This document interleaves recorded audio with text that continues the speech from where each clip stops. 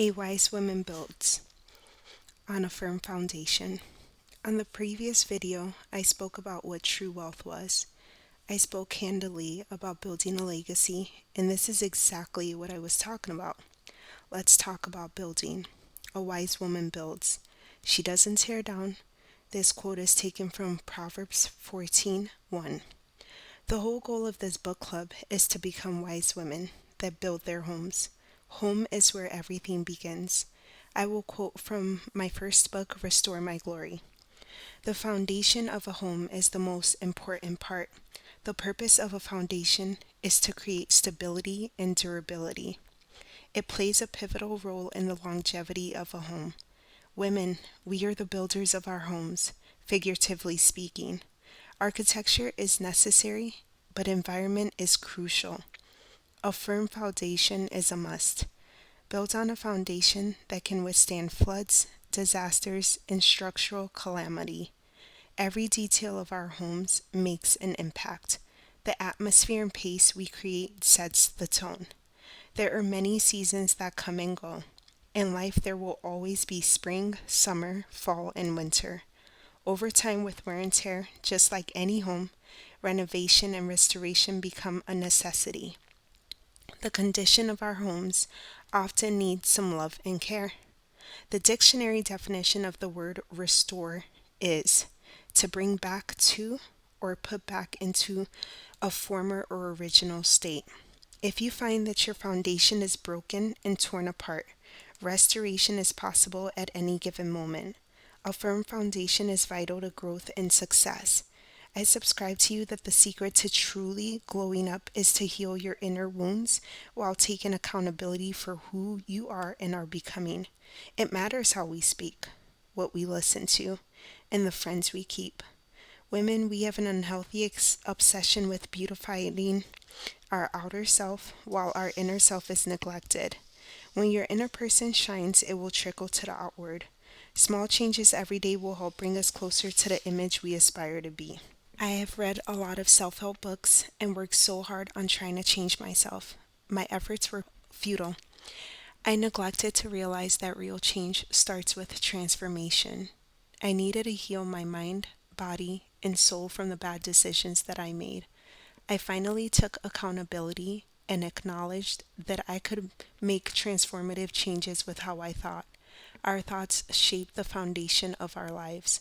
Before setting plans in motion, it all begins with a single thought. If you are looking for a way to truly glow up, this guide is for you. Let's learn from each mistake and make a genuine effort to grow from within. The real glow up is wisdom. Wisdom is priceless. End quote. I have been tested with what true wealth means to me. I walked away from a six-figure career in my late 20s a couple years ago. Yes, you heard that right. I decided when I had my first child not to return back to work. I found myself with an internal struggle. Should I outsource a stranger, nanny, or someone else to raise my children? My dream from childhood has always been to become a wife and mother. I finally realized this dream, but now that it was here, how do I prioritize my role and responsibilities as a mother and wife? I write about my testimony of losing my first child and waiting on God for a baby. This journey hasn't always been easy, but it has been one of tremendous growth and healing. The reality is, the foundation we lay down for the next generation means everything. We construct the future by the time we spend building our children and homes. Not everyone is called to motherhood or being a wife. I do understand that. If the shoe fits, then this might be for you. I am not telling you what to do, just recounting my experience and how it has led to transformation. From time to time, I still struggle and I'm tempted to put my career over my children. The key and goal is to look beyond myself, to cater to the interest of those around me. Humility is key, and doing things like this takes a great deal of dying to oneself. I had to trust God first and foremost that He would provide for me, and also my husband to look out to financially lead our household. These sacrifices we make are well worth it. God sees everything and will reward us. I know in our culture we think we can have it all, but the reality is something or someone will suffer as a result. If my child spends 30 to 40 hours in daycare, that gives me less than 4 hours a day to try and connect with them. This is not meant to stir up any type of controversy, but really to bring up the reality into the equation. Time is something we can never get back. Our babies grow up quicker than any of us can ever imagine. This season of life is not permanent, but it is in fact the most important time of our babies' lives.